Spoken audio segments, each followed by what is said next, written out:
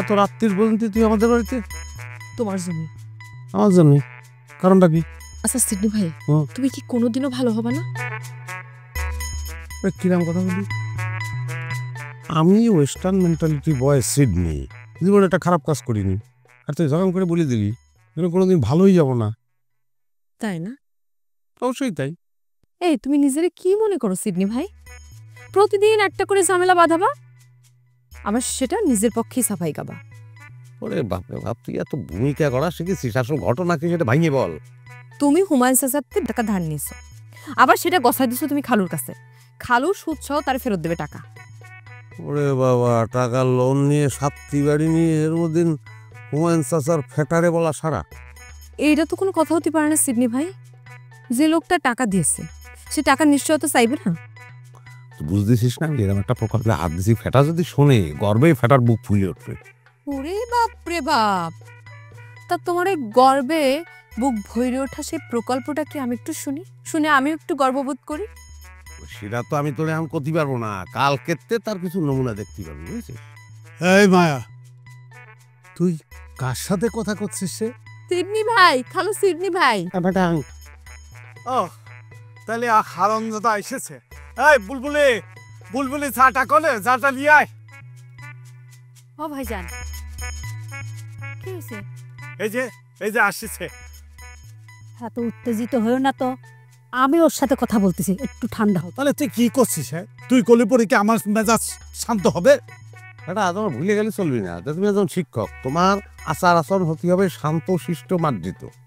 তুমি সন্তানের উপরে এরকম করে উত্তেজিত হতে পারো না, এটা তোমার সঙ্গে যাই না। এই তুই আমার নীতি কথা শোনাবি না। তোর মতো ছেলেরে যদি ছাটা পেটা না করি তাহলে আমার পাপ হবে, পাপ পাপ। খালু একদম ঠিক কথা করেছেন। সিডনি ভাই যা করেছে তা চরম অন্যায়। তবে খালু আপনার নিজের দিকে একটু তাকানো লাগবে, এই বয়সে এসে এত উত্তেজিত হওয়া সম্ভব না। ওরে মায়া, তোর কথা ঠিক আছে, কিন্তু এই এক জীবনে আমি আর কত সহ্য করবো? একটা কথা বলি, আমি এই পর্যন্ত তোমার কাছ থেকে যত টাকা নিছি সব আমি একটা খাতায় স্বর্ণাক্ষরে লিখে রাখি। বিদেশ যাওয়ার পরে প্রত্যেকটা টাকা আমি ডলারে পরিশোধ করবো, $1 সমান $1, বুঝছো? আমি দিয়ে না থাকতে পছন্দ করি না। লাগবে না তোর ডলার। তুই কি ভাবিছিস তোর মতো স্বভাবের ছেলেরা ওই জিনেফার বিদেশে নিয়ে যাবে? কোনোদিন না। এই তোর স্বপ্ন না, স্বপ্নই থাকি যাবে। ওরে ডাবল ফু, জেনিফারের সম্পর্কে তোমার কোনো ধারণাই নেই। আমি শুধু মুখ ফুটে যদি বলি যে আমি বিদেশ যাত্রী চাই, ও সঙ্গে সঙ্গে ভিসা, প্লেনের টিকিট ফিকিট সব আমার পাঠা দেবে।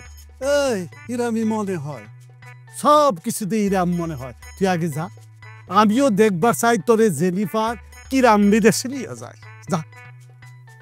ঠিক আছে, এটা এত বড় একটা কথা নিষ্ঠুরভাবে তুমি যখন বলেই ফেললে, অসুবিধা নাই। আমার হাতে কয়েকটা জনগুরুত্বপূর্ণ কাজ আছে, সেগুলো শেষ করে আমি বিদেশ চলে যাবো। কর কর, তাই কর। তো এখানে আমার একটা হালকা কথা আছে বেটা, ডাবল ফু। কি কথা? মায়া, কথা আছে?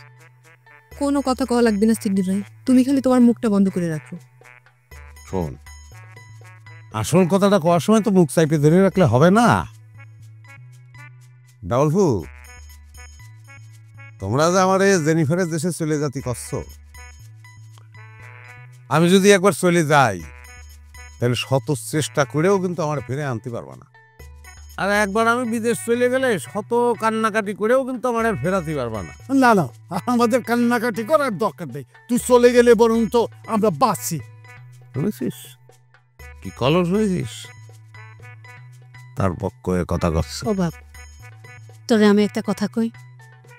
বলে ভালো। হুমায়ুন ভাত থেকে টাকাগুলো নিয়েছিস ঠিক আছে, অযথাই নষ্ট করিস নে। টাকাগুলো তুই তোর বাপের হাতে তুলে দে, সে খুশি হবে। বেলাইন, এটা অন্যায় আবদার করে ফেলিস। আমার মনে হচ্ছে ডাবল ফু, তোর কথা তো আমি রাখতে পারবো না। কারে কি বুঝ হয়, এর কেমনি করে মানুষ করবো আমি? কোনো কিছুতে কিছু বুঝতে চাচ্ছি না।